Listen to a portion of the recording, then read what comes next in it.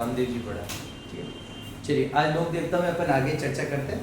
अपन ने गोबर जी और रामदेव जी को पढ़ लिया, आगे लोक देवता अपन देख लेते हैं। आज अपन कोशिश करेंगे कि 3-4 लोक देवताओं के बारे में देखें। अगला जो है आपका, अगले जो लोक देवता है, जो प्रमुख एक लोक देवता है जिनसे भी अच्छे खासे सवाल आते हैं, पाबू जी। अपन पहले जो है वो 5 पीरों के बारे में पढ़ेंगे। बाबू हड़बू, रामदेव, मांगलिया, मेहा, पांचों पीर पधारिया, गोगा जी जिया, जिसमें अपने गोगा जी को पढ़ लिया 946 ईस्वी में उनका जन्म वगैरह। फिर रामदेव जी के बारे में पढ़ लिया जिनसे सवाल अच्छे खासे पूछे जाते हैं। और अब बाबू जी से पढ़ेंगे अपन। बाबू जी वही अपना पैटर्न रहेगा, पहले जीवन परिचय, फिर कुछ अगर उपनाम है, कुछ विशेष शब्दावलियां उनसे संबंधित, और इसके अलावा अगर कोई मंदिर वगैरह उनका अलग बना हुआ है या कोई मेले वगैरह लगते हैं वो क्या। तो पहले इनका जीवन परिचय देख लेते हैं। क्या देख लेते हैं? जीवन परिचय। देखो जीवन परिचय से ही कई बार तो सवाल अपना बैठ जाता है। तो सबसे पहला तो जन्म। बाबू जी का जो जन्म है वो हुआ कोलू में या कोलूमंड में। कोलूमंड, फलोदी, जोधपुर। ठीक है, कोलूमंड में आपको याद रखना है बाबू जी का क्या हुआ है, जन्म हुआ। और बाबू जी का जन्म लगभग हुआ है 1239 ईस्वी। बाबू जी का जन्म जो है 1239 ईस्वी में कहां पर हुआ? कोलूमंड में। कहां पर हुआ? कोलूमंड में। तो जीवन परिचय में सबसे पहला जो है बाबू जी का जन्म 1239 ईस्वी में कोलूमंड, फलोदी, जोधपुर में इनका क्या हुआ? जन्म हुआ। एक बात तो ये याद है।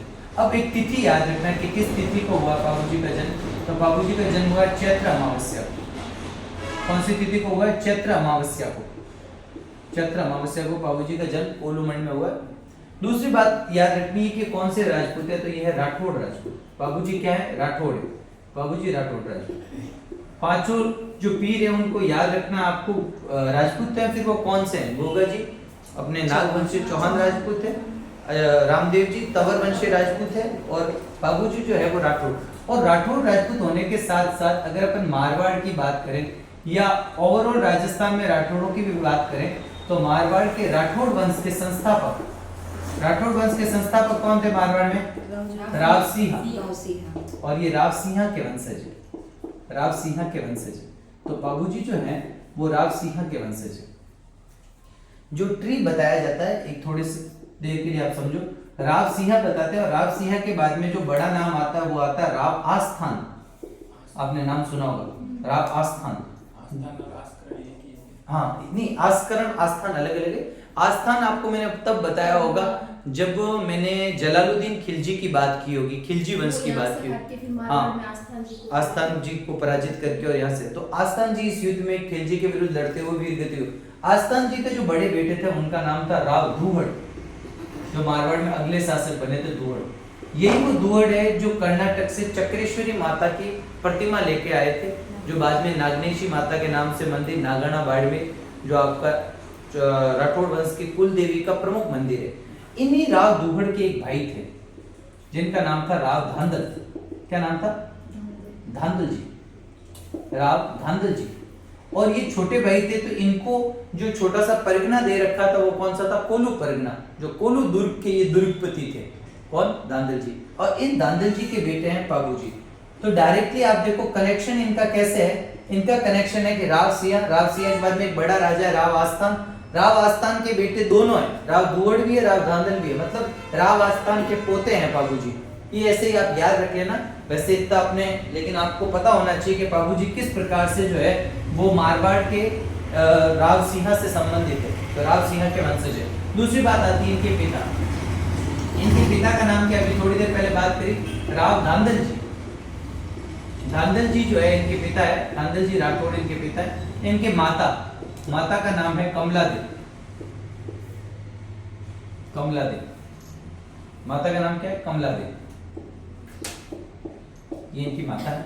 इनके पत्नी की बात करते हैं, बाबू जी की पत्नी की बात करते हैं। पत्नी का नाम है इनके सुप्यार दे या फूलम दे। सुप्यार दे या फूलम दे जो है वो कौन है? वो इनकी पत्नी है बाबू जी की। और ये बाबू जी की मृत्यु के बाद उनके पीछे सती हुई थी।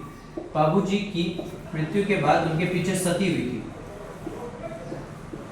देखो एक एग्जाम में आजकल सवाल ये भी पूछा जाता है, निम्नलिखित में से कौन से लोक देवता के पीछे उनकी पत्नी सती नहीं हुई थी? तो एक तो याद रखना, 5 पीरों में बात करेंगे तो गोगा जी की पत्नी उनके बाद में सती हुई थी, रामदेव जी की नहीं, हड़बू जी की नहीं, पाबू जी की हुई थी। और आगे अपन एक लोक देवता पढ़ेंगे तेजा जी, उन तेजा जी की भी पत्नी उनके पीछे क्या हुई थी, सती हुई थी। तो एक तो याद रखना पाबू जी की पत्नी फूलम देव सुप्यार थे, इनके पीछे पूरी स्टोरी पढ़ेंगे तो और आ जाएगा। पाबू जी की मृत्यु के बाद ये सती हुई, कौन आता है, ये कहां से संबंध रखती है, ये है अमरकोट, अमरकोट पाकिस्तान। अमरकोट पाकिस्तान की बात करें और अमरकोट पाकिस्तान के सूरजमल सोडा, अपन ने रामदेव जी के समय भी रामदेव जी का ससुराल भी कहां था, अमरकोट पाकिस्तान। वो दल्ले सिंह सोडा की पुत्री थी, ये सूरजमल सोडा की पुत्री है। तो पाबू जी और अपने रामदेव जी दोनों का ही ससुराल कहां पर है, अमरकोट में, सोडा राजपूतों। तो ये सूरजमल सोडा की पुत्री, एक तो ये बात याद। नोट में अपन क्या बात याद रखेंगे कि अगर एक इतिहासकार है जिन्होंने पाबू जी का जीवन चरित्र लिखा है, जिनका नाम है मोड़जी आसिया या आसिया मोड़जी, पाबू प्रकाश ग्रंथ लिखा है, उनके अनुसार और मुनोत नैन्सी के अनुसार पाबू जी का जन्म जो है वो जोधपुर के जूना ग्राम में हुआ। ये भी आप बात याद रखना। तो नैन्सी के अनुसार, नैन्सी और दूसरे कौन है, मोड़जी आसिया, मोड़जी आसिया। और ये मोड़जी आसिया ने ग्रंथ लिखा था पाबू प्रकाश, आगे चर्चा करेंगे, ठीक है। इन्होंने इनका जन्म कहां पर माना है, इनके अनुसार बाबूजी का जन्म कहां पर हुआ है, बाबूजी का जन्म जोधपुर के जूना गांव में। तो ये भी एक फैक्ट है, बात याद रख लेना। बाबूजी का जन्म जूना गांव, और जूना गांव कहां पर है, जोधपुर में। ये बात भी आपको क्या करनी है, याद रखनी। तो देखो बाबूजी के जीवन परिचय में बात करी। बाबूजी का जन्म कोलूमंड फलोदी जोधपुर में 1239 में, तिथि है चैत्र अमावस्या। राठौड़ राजपूत हैं, मारवाड़ के राठौड़ों के वंशज हैं, राव सिंहा के ये वंशज हैं। राठौड़ों के जो संस्थापक है राव सिंहा। इनके पिता धांधल जी राठौड़ जो किसके भाई हैं, दुहड़ राठौड़ के भाई और आस्थान के बेटे हैं, ठीक है। ये जो है ना कोलू दुर्ग के दुर्गपति थे। कोलू जो ठिकाना है ना कोलू, उस कोलू के दुर्गपति थे, ठीक है। तो ये भी आप याद रख लेना। और इनकी माता का नाम है कमला देव, पत्नी का नाम सुप्यार देव और फूलम देव, जो बाबूजी की मृत्यु के बाद में क्या हुई थी, सती हुई थी। अमरकोट पाकिस्तान में सूरजमल सोडा की ये पुत्री है, जहां पर बाबूजी का विवाह हुआ। नैन्सी और मोड़जी आसिया के अनुसार बाबूजी का जन्म स्थान क्या है, जूना गांव जोधपुर। यहाँ तक की बात आपको एकदम अच्छे से समझ में आना। और क्या बात आती है, बाबूजी की बहन, बाबूजी की जो बहन है उनका नाम है सोहन भाई। ये क्यों इंपॉर्टेंट है देखते हैं। और इस सोहन भाई का जहाँ विवाह हुआ, यानी बाबूजी की जो बहन हुई है वो क्यों आ गए फ्रेम में। अभी तक तो अपन ने बहनोइयों की बात नहीं करी थी, इसलिए आ गए कि इनके विरुद्ध लड़ते हुए बाबूजी वीर गति को प्राप्त हुए। और बहनोई है, उनका नाम है जिंदराव खींची। क्या नाम है, जिंदराव खींची। देखो नाम आपके सिर्फ सुने हुए होने चाहिए, ये बहन वगैरह के तो कई बार ऑप्शन में सिर्फ सुना हुआ ही काम आ जाता है। जिंदराव खींची जो है, और ये कहाँ के थे, जायल नागौर के शासक थे, जायल नागौर के शासक थे जिंदराव खींची। आगे पढ़ेंगे इनके विरुद्ध लड़ते हुए बाबूजी वीर गति। बाबूजी के जो बड़े भाई हैं, बड़े भाई, उनका नाम है बूढ़ो जी,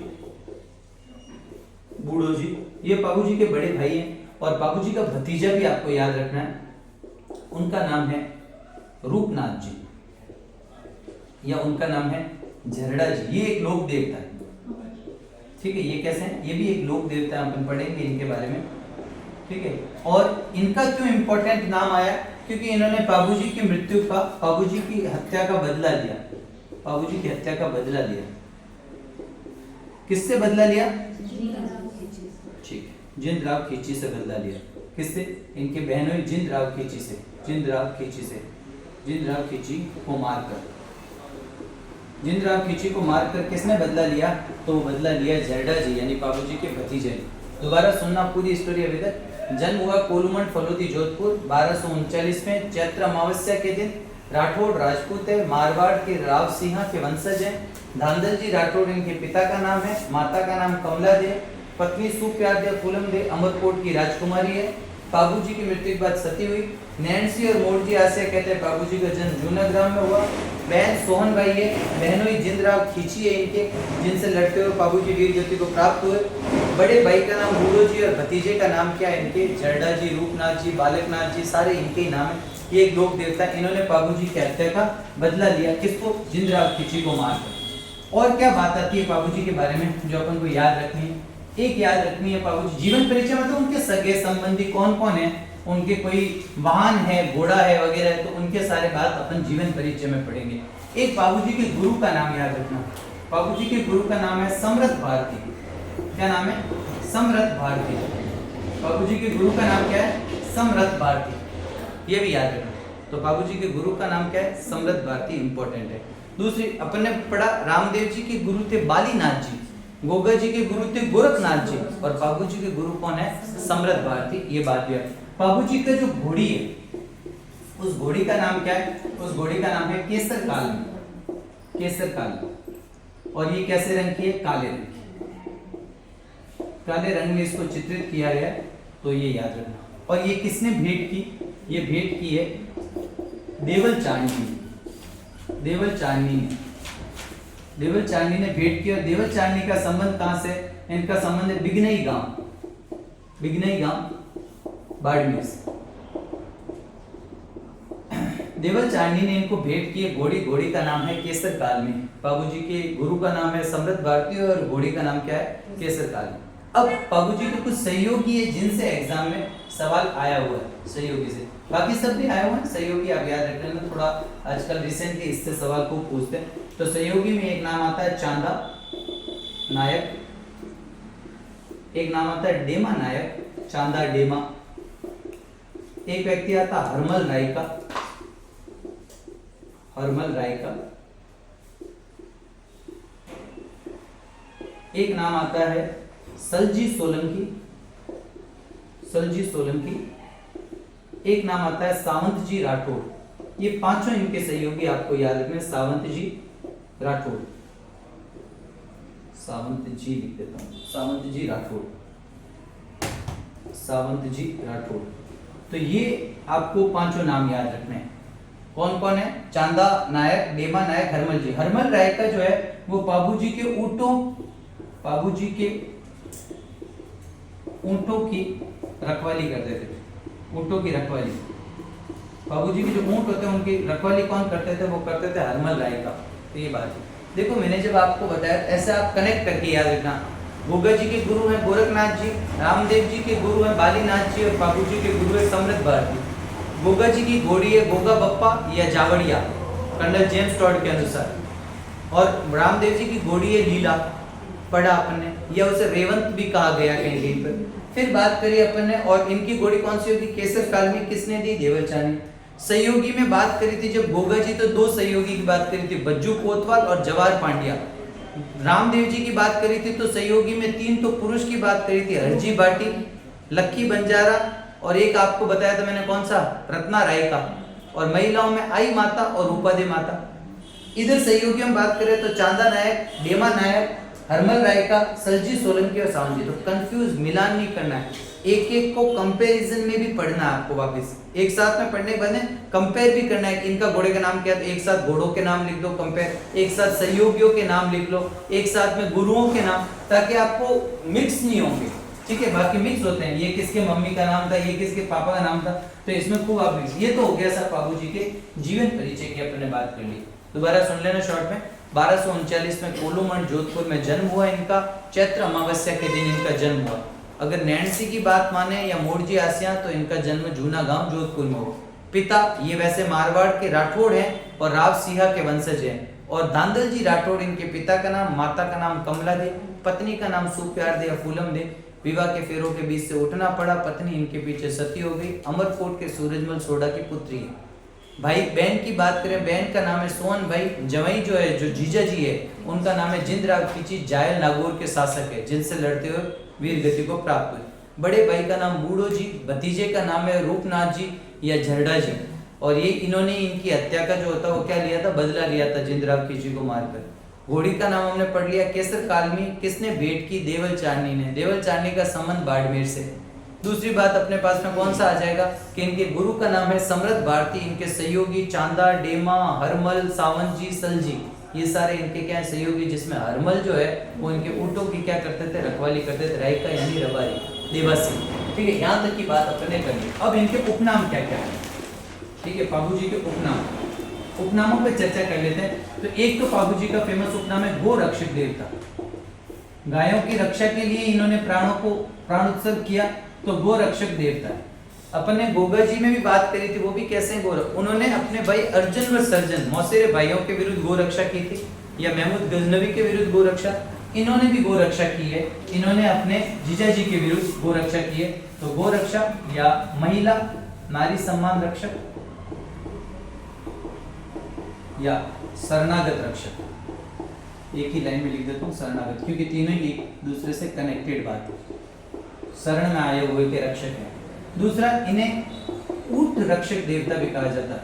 ऊंट बीमार होने पर इनकी फड़ का वाचन होता है, इसलिए ऊंट रक्षक देवता। इन्हें प्लेग रक्षक, प्लेग रोग होता है, प्लेग रक्षक देवता भी कहते हैं।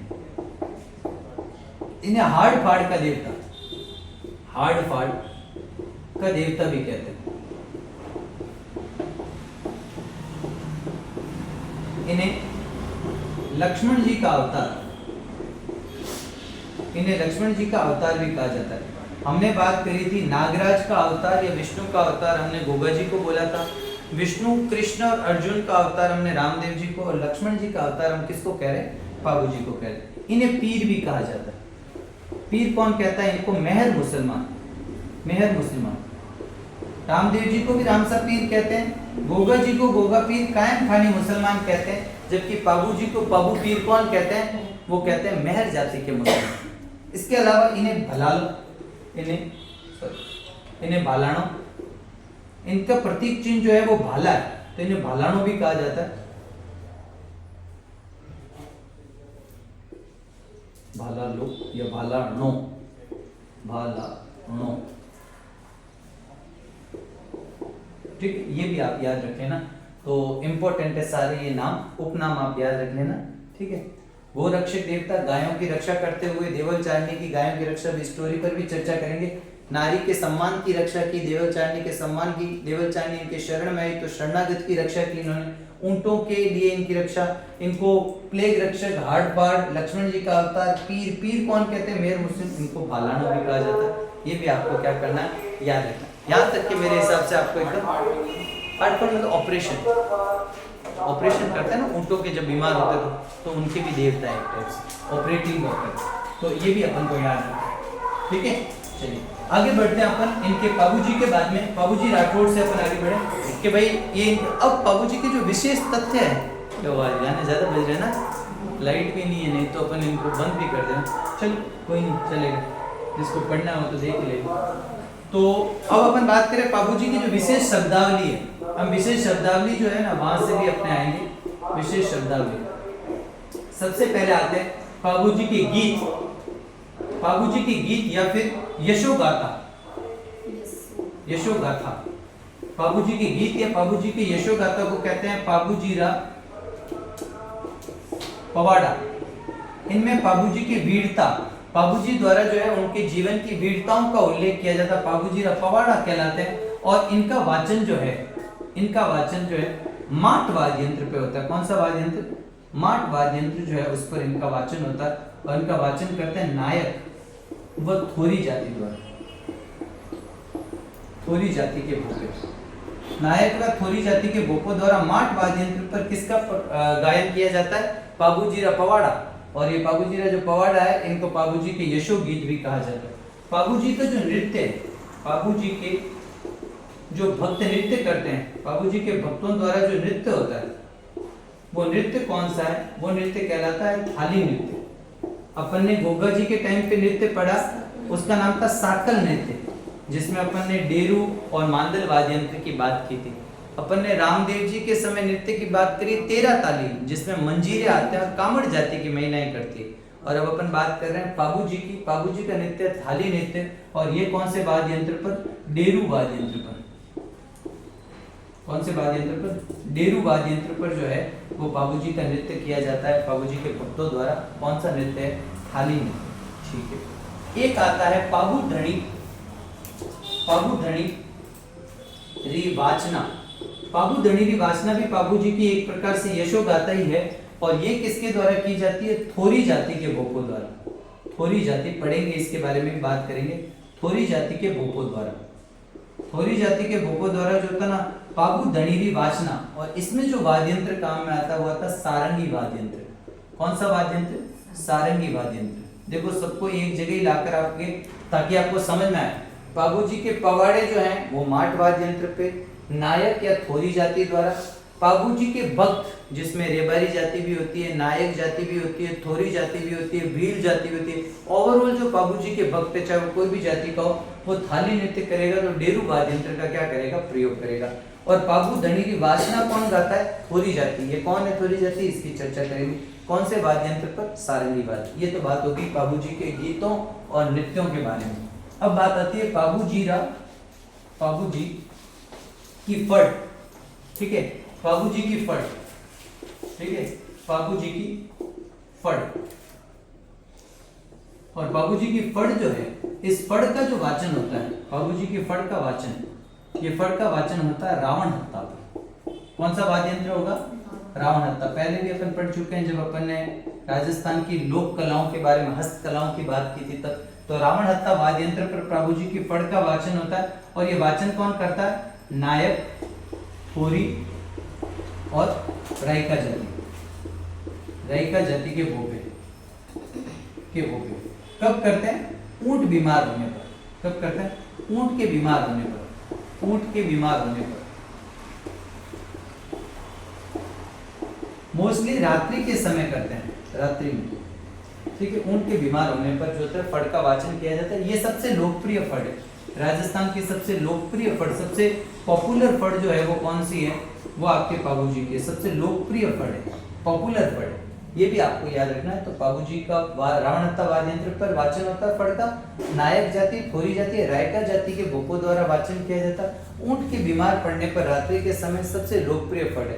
प्रतीक चिन्ह के रूप में मुख के सामने, इस फड़ में जो प्रतीक चिन्ह है उसमें मुख के सामने जो प्रतीक चिन्ह है, बाबूजी के मुख के सामने जो होता है ना, मुख के सामने किसका अंकन है, भाला। किसका अंकन है, भाला का अंकन, ये याद रखना। दूसरा, बाबूजी की जो घोड़ी है उसको यहाँ पर कौन से रंग में, घोड़ी का क्या नाम है, केसर कालमी। और केसर कालमी को कौन से रंग में फड़ में चित्रित किया गया, ये भी पूछा जाता है, काले रंग में। आप जब देव नारायण जी की घोड़ी पढ़ेंगे तो उसको हरे रंग में चित्रित किया गया, तो इसलिए ये भी याद रखना, काले रंग में किसकी घोड़ी को चित्रित किया गया, उनके फड़ पे, केसर कालमी। ये बाबूजी की फड़ से कुछ इंपॉर्टेंट फैक्ट है, ये भी याद। अब बाबूजी जो है उनके मंदिर पे जाएंगे तो वो उनका प्रतीक चिन्ह क्या होगा, तो बाबूजी का प्रतीक चिन्ह है भाला लिए अश्वारोही, भाला लिए हुए अश्वारोही यानी घोड़े पर अश्वारोही। और अश्वारोही में कौन सी इनकी घोड़ी का क्या नाम है, केसर कालमी। तो इनका जो मेन प्रतीक चिन्ह हो गया वो क्या हो गया, भाला हो गया। मेन प्रतीक चिन्ह जो है वो क्या है, प्रतीक चिन्ह जो है वो क्या है, भाला है, याद रखना। मेन प्रतीक चिन्ह इनका भाला है। और इनकी क्या पहचान है, बाईं तरफ यानी लेफ्ट तरफ, बाईं तरफ झुकी हुई पाग। ये पूछे जाते हैं, बाईं तरफ झुकी हुई पाग। तो इनकी जो पगड़ी होगी, पाग होगी, वो जो पगड़ी है या पाग है, पगड़ी जो है वो बाईं तरफ झुकी हुई है। ये भी आपको क्या करना है, याद रखना है। तो प्रतीक चिन्ह, जहां पर भी आप बाबूजी का जो है वो फोटो या कोई देखोगे प्रतीक चिन्ह, तो वहां पर ये घोड़ी पर सवार होंगे, केसर कालमी पर, हाथ में इनके भाला होगा, अश्वारोही यानी अश्व पर आरोही है, ये हाथ में भाला होगा। और इनकी पाग जो है वो लेफ्ट साइड के अंदर क्या होगी, झुकी हुई होगी। ये याद रखना। ये कुछ अलग बातें अपन ने जो फैक्ट है, विशेष तथ्य, उनकी चर्चा करी। अब अपन जाए भाई बाबूजी का मंदिर कहाँ मिलेगा, तो जो बाबूजी का जन्म स्थान है वो इनका क्या है, प्रमुख मंदिर है। बाबूजी का प्रमुख मंदिर कहाँ पर है, तो बाबूजी का प्रमुख मंदिर है, देखो फैक्ट बार बार बोल रहा हूँ, फैक्ट इंपॉर्टेंट है। बाबूजी का मंदिर जो है, प्रमुख मंदिर है, वो है कोलूमंड में। यही बाबूजी का मेन मंदिर है, कोलूमंड जोधपुर। और यहीं पर बाबूजी का क्या बढ़ता है, मेला। अपन ने पहले भी चर्चा की है, बाबूजी का मेला कब बढ़ता है, चैत्र अमावस्या को। इसी दिन मैंने एक और मेला बताया, कौन बताएगा, एक जनजाति का मेला बताया, कौन बताएगा, गरासिया जनजाति, भील जनजाति का एक मेला पढ़ा है, ऐसा भूल गए, घोटिया अंबाजी का मेला बांसवाड़ा के अंदर बताया था, याद आ रहा है। तो वो भी है ना, जिसको अपन कहते हैं वागड़ का दूसरा बड़ा मेला जो कहलाता है, घोटिया अंबाजी का मेला, वो भी इसी चैत्र अमावस्या को बढ़ता है। और चैत्र अमावस्या को कोलूमंड में इनका अगर चैत्र अमावस्या में अगर आपसे पूछ ले कोलूमंड के अतिरिक्त और कहां पर इनका मंदिर बना हुआ है, तो एक इनका अन्य मंदिर जो होता है वो आहड़ में भी है। कहां पर है, आहड़। और आहड़ कहां पर है, जोधपुर, सॉरी आहट उदयपुर, सॉरी आहट उदयपुर के अंदर जो होता है वहां पर भी इनका क्या बना हुआ है, अन्य मंदिर बना हुआ, ये भी आपको याद रखना है। क्लियर है? प्रमुख मंदिर के बारे में बात हो गई। एक बात याद रखनी, इनका जहां पर इनकी मृत्यु हुई, मृत्यु स्थल कौन सा है इनका, वो है देचू गांव। कौन सा गांव है? देचू गांव। और ये देचू गांव कहां पर है? ये भी जोधपुर में है। और इनकी मृत्यु हुई कब? इनकी मृत्यु हुई है 1276 ईस्वी में। जन्म तो कब हुआ था? 1239 में, और मृत्यु जो है 1276 ईस्वी में देचू गांव जोधपुर में हुई। इनके जो भक्त होते हैं ना, इनके भक्त वो विवाह के समय, बाबूजी के भक्त हैं, विवाह के समय कितने फेरे लेते हैं? 4 फेरे। विवाह के समय 4 फेरे लेते हैं, ये भी याद रखना। किसके भक्त विवाह के समय 4 फेरे, 3.5 फेरे आपके लिए 4 फेरे लेते हैं, ठीक है? 3.5 फेरे में ही उठ जाते हैं, क्योंकि बाबूजी महाराज जो है 4थे फेरे के बीच में ही उठ गए थे, लेकिन फिर भी एग्जाम में 4 फेरे पूछा जाता है, ठीक है? तो किन के भक्त है? बाबूजी के भक्त जो है विवाह के समय जो होते हैं वो कितने? 4 फेरे, या 3.5 अगर ऑप्शन में है तो फिर बेटर ऑप्शन है 3.5। क्लियर है? यहाँ तक की घटना तो एकदम आपको अच्छे समझ में आती है। अब एक बार इनकी स्टोरी की बात करते हैं, फिर बाबूजी से रिलेटेड कुछ ग्रंथों की बात कर लेते हैं। पहले स्टोरी की बात कर लेते हैं। क्या स्टोरी? देखो क्या हुआ था कि बाबूजी की एक बहन है जिसका नाम है सोहन बाई, इनका विवाह करवा दिया। जायल एक ठिकाना था नागौर में, और जायल के ठाकुर जो थे, जिनके राजा थे वहाँ के शासक, उनका नाम था जिंदराम, क्योंकि ये भी मारवाड़ के मेन शासक के निकट संबंधी है, तो बड़े बड़े ठिकानों में इनकी शादियाँ होनी थी, तो इनकी वहाँ पर बहन की क्या करवा दी? शादी। इनके जवाई जो है जिंदराव खींची, उन्होंने बाड़मेर की जो केसर कालमी है, जो घोड़ी जो रखने वाली महिला है जिनका नाम है देवल चारणी, उन देवल चारणी की घोड़ी केसर कालमी को देखा, बहुत सुंदर घोड़ी थी, काले रंग की, बहुत बढ़िया घोड़ी। तो जिंदराव खींची ने क्या किया? देवल चारणी से वो घोड़ी की मांग की कि मुझे वो घोड़ी दे दो। देवल चारणी ने किसी कारणवश नहीं दी होगी। बाद में कभी उनको लगा, बाबूजी की वीरता से वो प्रभावित हुई और उन्होंने वो घोड़ी बाबूजी को दी। पर बाबूजी से एक वचन लिया कि बदले में आप मेरे गायों की क्या करोगे? रक्षा करोगे। देवल चारणी, पहले गोधन ही सबसे बड़ा धन था, तो गायों की क्या करोगे? रक्षा करोगे। तो उसने बोला ठीक है, पर मेरे को कि कैसे पता चलेगा आपकी गायों पे खतरा है? तो बोले मेरी घोड़ी जब जोर जोर से हिनहिनाने लगे, जोर जोर से बोलने लगे, तो आप समझ लेना मेरी गायों पे खतरा है। ठीक। बाबूजी का विवाह तय हुआ। जवाई को तो पता ही था कि साले जी की शादी है। जैसे ही बाबूजी फेरे में बैठे थे, जवाई ने अपने आदमियों को बोल दिया एक काम करो, अब इसकी गाय को चुरा दो, अब कौन बचाएगा? तो बाबू घोड़ी जोर जोर से हिनहिनाने लगी केसर काल में। बाबूजी को लगा यार अब तो बीच बचाव करना पड़ेगा, और बाबूजी फेरों के बीच से उठ गए। मतलब 3.5 चौथे फेरे में ही बाबूजी यहाँ से उठते हैं। ये डेमा, चांदा, डेमा, हरमल और सलजी और आपका सावन जी, इन सबको अपने 5 सहयोगियों को साथ लेकर, अपनी सेना साथ लेकर काम पर जाते हैं, गायों को छुड़ाने जाते हैं। वो रक्षा, तो एक तो नारी के सम्मान की रक्षा कर रहे हैं, महिला की गाय थी तो नारी सम्मान, उस उनके जो शरण में आई हुई है उस शरणागत के सम्मान की रक्षा कर रहे हैं, और गायों की रक्षा कर रहे हैं। और रक्षा करते हुए अपने जो जवाई है, या फिर बोल सकते हो अपने बहनों ही है, उनसे लड़ते हुए क्या हो गए? ये वीर गति को। कहाँ पर? देचू गांव जोधपुर के अंदर 1276 में। इसी वजह से इन्हें गोरक्षक देवता भी कहते हैं, इन्हें नारी सम्मान का देवता भी कहते हैं, या इन्हें क्या कहते हैं? शरणागत का आने वाला, शरणागत के रक्षक भी इनको कहा जाता है। ये पूरी घटना है, इसको मैं शॉर्ट में लिख देता हूँ आपके लिए, ठीक है? या फिर लिखने की जरूरत है? कोई जरूरत नहीं है, याद रह जाएगी। बस देवल चारणी की गायों की रक्षा के लिए इन्होंने क्या किया? प्राण न्यौछावर कर दिए। ये बात आपको याद है। अब अपन को जो याद रखना है वो याद रखना है प्रमुख इनके ग्रंथ। फिर और कुछ बात होगी तो वो मैं आपको बता दूंगा। एक बात और याद रख लेना बाबूजी से, एक और बात याद रख लो, फिर प्रमुख ग्रंथों की बात करें। बाबूजी जो है ना, मारवाड़ में, मारवाड़ या राजस्थान में भी, पश्चिमी राजस्थान में पूरे में, मारवाड़ में सर्वप्रथम ऊंट लाने वाले कौन थे? ऊंटों का परिचय करवाने वाले कौन थे? बाबूजी। ये याद रखना। ये सवाल बार बार पूछा जाता है कि पश्चिमी राजस्थान में या मारवाड़ में सर्वप्रथम ऊंट कौन लेकर आए थे? तो ऊंट लेकर आए थे बाबूजी। याद कहते हैं कि इनके जो भतीजी थी, बूढ़ो जी की पुत्री या बालकनाथ जी की जो बहन है, उनका नाम था केलम दे। आप कंफ्यूज मत हो जाना, उन केलम दे में कौन? जो अपने गोगा जी की पत्नी, ये अलग है वो अलग है, हालांकि वो भी कोलूमंड की है। तो केलम दे के दहेज में देने के लिए ऊंट लेकर आए थे, ऐसी जनश्रुति मिलती है। लेकिन आपको तो इतना याद रखना कि मारवाड़ या राजस्थान में सर्वप्रथम ऊंटों का परिचय किसने किया था? तो ऊंट लेकर कौन आए थे? बाबूजी।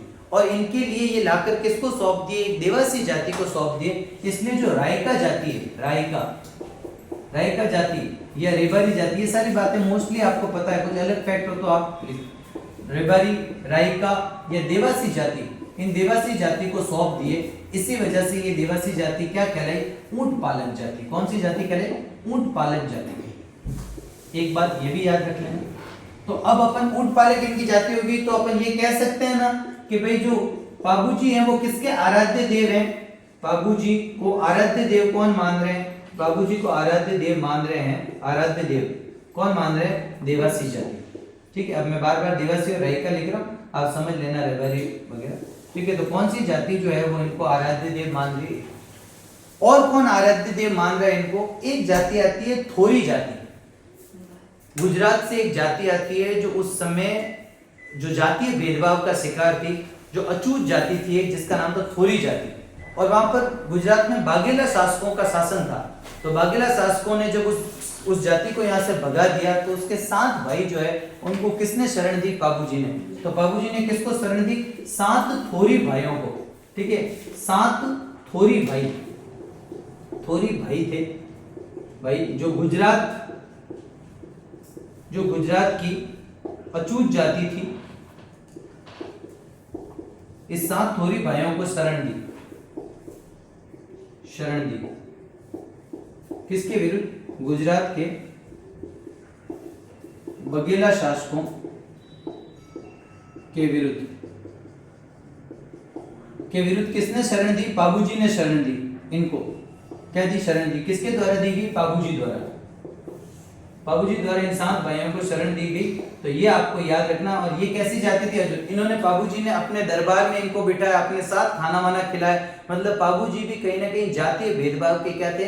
विरुद्ध थे। तो ये जो थोरी भाई है, ये भी पाबूजी को अपना आराध्य मानते हैं। क्या मानते हैं? पाबूजी को अपना आराध्य देव मानते हैं। तो एक तो जाति कौन सी हो गई? देवासी जाति हो गई। एक थोरी, और थोरी के एक और नाम भी मिलता है इसका, नायक जाति। तो थोरी जाति या नायक जाति जो होती है वो भी क्या मानती है? पाबूजी को अपना आराध्य देव मानती है।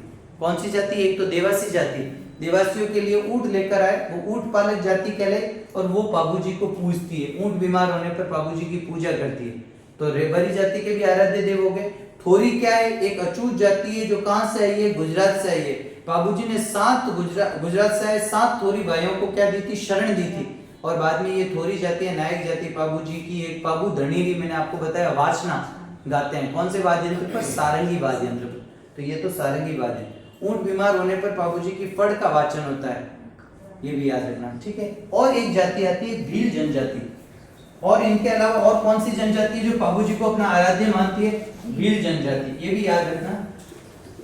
ठीक है, भील जनजाति जो है वो भी पाबूजी को अपना आराध्य मानती है। पाबूजी को आराध्य मानती है, ये भी आपको याद रखना। आराध्य देव मानती है, तो ये भी आपको याद रखना है। पाबूजी को और कौन आराध्य देव मानता है? तो पाबूजी को जो होता है भील जनजाति। तो तीनों की बात कर ली मैंने, रेबारी, रायका या देवासी, थोरी या नायक जाति और भील जनजाति। ये सारी जनजातियां पाबूजी को अपना आराध्य देव मानती है। अब शॉर्ट में याद रखो या कैसे याद रखो, मैंने सारी कहानी बता दी। 7 थोरी भाइयों को इन्होंने शरण दी थी। गुजरात से आए हुए 7 भगोड़े भाई थे और ये वहां पर अछूत जाति में आते थे। पाबूजी ने इनको सम्मान दिया, अपने दरबार में इनको जगह दी, इनको अपने साथ बैठ के भोजन कराया, अपनी सेना में इनको शामिल किया। और ये जनजाति, ये जो जाति है, ये पाबू धनीरी वाचना गाते हैं, यानी पाबूजी की यशो गाता गाते हैं सारंगी वाद्य यंत्र पर। जबकि पाबूजी का पवाड़ा है वो नायक या थोरी जाति गाते हैं, वो कौन से वाद्य यंत्र? माट वाद्य यंत्र पर।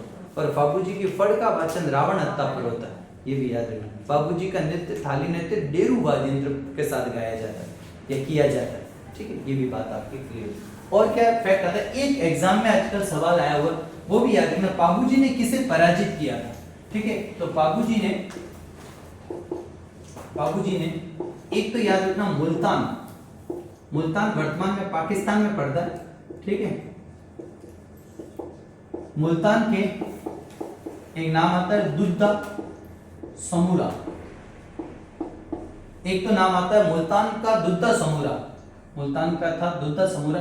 और दूसरा आता है पाटन का आता है गुजरात में। पाटन गुजरात का मिर्जा खान। ये दोनों ही सवाल पूछे गए। ठीक है, तो पाटन गुजरात का तो मिर्जा खां और मुल्तान का दुद्दा समूरा को पराजित किया। को पराजित किया। किसने पराजित किया? पाबूजी ने। क्यों किया? क्योंकि ये अपने अपने एरिया में क्या करते थे? गो हत्या करते थे। क्या करते थे? गो हत्या करते थे। तो गो हत्या करते थे तो गायों की रक्षा के लिए, क्योंकि पाबूजी तो कैसे हैं?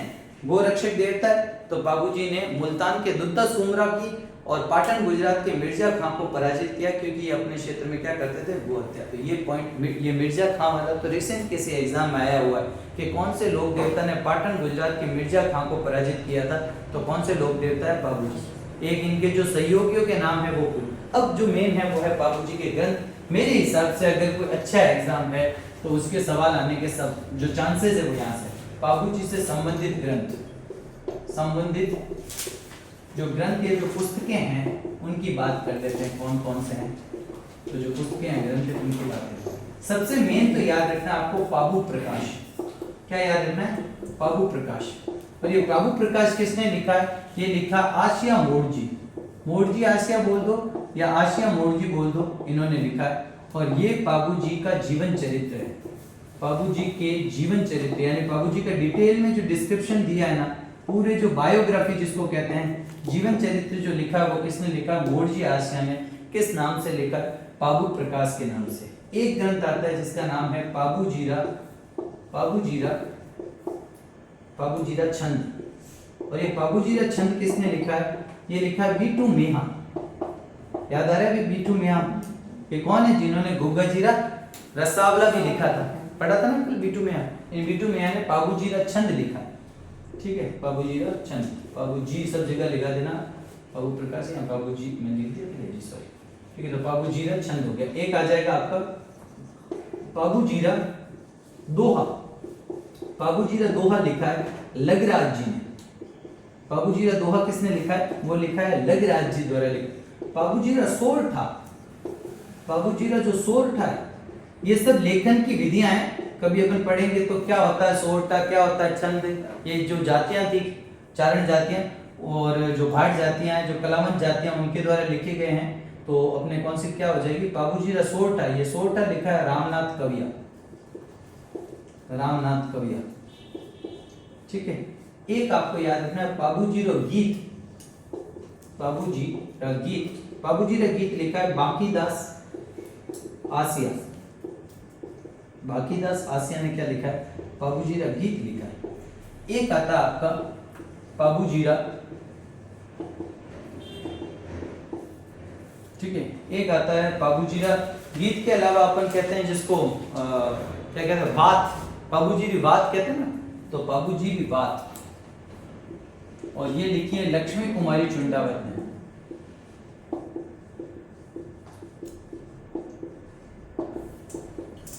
एक और आता है जिसको कहते हैं पाबूजीरा रूपक। अब आपको जो याद रह जाए इसमें से याद रखें ना, मिलान अगर कर दे तो पूरे सवाल पाबूजी पे हो तो मिलान करवा सकता है आपसे। पाबूजीरा रूपक जो लिखा गया है वो लिखा गया आपका क्या कहते हैं, इसका नाम है बगतावर। पूरा क्या नाम है इसका? बगतावर है, बगतावर, मोतीसर बगतावर, मोतीसर बगतावर। ठीक है, नाम थोड़ा स्किप कर दिया है। मोतीसर बगतावर द्वारा क्या लिखा गया? पाबूजी। तो ये कुछ 5 से 6 ग्रंथ जो हैं पाबूजी से संबंधित इंपॉर्टेंट है। कितने हो गए? 7 हो गए, कोई बात नहीं 7। पाबू प्रकाश तो आपको याद है, तो अब 6 गिनो। अब देखो पाबूजीरा छंद तो लिखा बीटू मियाँ जी। मैंने गोगा जी में आपको जो बताया वो 3 ग्रंथ बताए। गोगाजीरा रसावला या गोगाजीरा रावला किसने लिखा? बीटू मियाँ। एक मैंने बताया था गोगा मेडी, गोगा मेडी आसादान बारट ने लिखा था, याद आ रहा? और एक लिखा था गोगा चौहानरी वीर गाथा, वो मैंने बताया था चंदूदान चारण। तो गोगा जी के 3। रामदेव जी का अपन ने खुद ने ही उन्होंने एक ग्रंथ लिखा था 24 वाणियां, रामदेव जी। ये 7 आपको पाबूजी के। पाबू प्रकाश पाबूजी की बायोग्राफी है जिसमें पाबूजी के पूरे जीवन चरित्र का उल्लेख है, वो मोड़जी आसिया ने लिखा। इसके अलावा पाबूजीरा छंद बीटू मियाँ जी, पाबूजीरा दोहा लगराज जी, पाबूजीरा सोरठा रामनाथ कविया, पाबूजीरा गीत बांकीदास आसिया, पाबूजीरी वात लक्ष्मी कुमारी चुंडावत और पाबूजीरा रूपक मोतीसर बगतावर। तो ये याद रखना इंपॉर्टेंट है। ये रिसेंट एग्जाम में पूछे गए सवालों में से ही आपके उठाए गए। अभी जो एएसओ हुआ था उसमें रामनाथ कविया से रामनाथ का मिलान करवाते। अब अच्छा लेवल का एग्जाम होगा तो सवाल आ जाएगा निम्नलिखित में से बाबूजी के ग्रंथों का सही मिलान। इधर तो नाम दे देंगे ग्रंथों के, इधर नाम दे देंगे लेखकों के, करो सा मिलान। अच्छे लेवल का है। नहीं तो 3-4 लोक देवताओं की इधर नाम दे देंगे और सामने उनके ग्रंथ लिखने वालों के नाम दे देंगे। मतलब लोक देवताओं जैसे लिख दिया, मान लो गोगामेडी किसने लिखा, इधर लेखकों के नाम दे देंगे।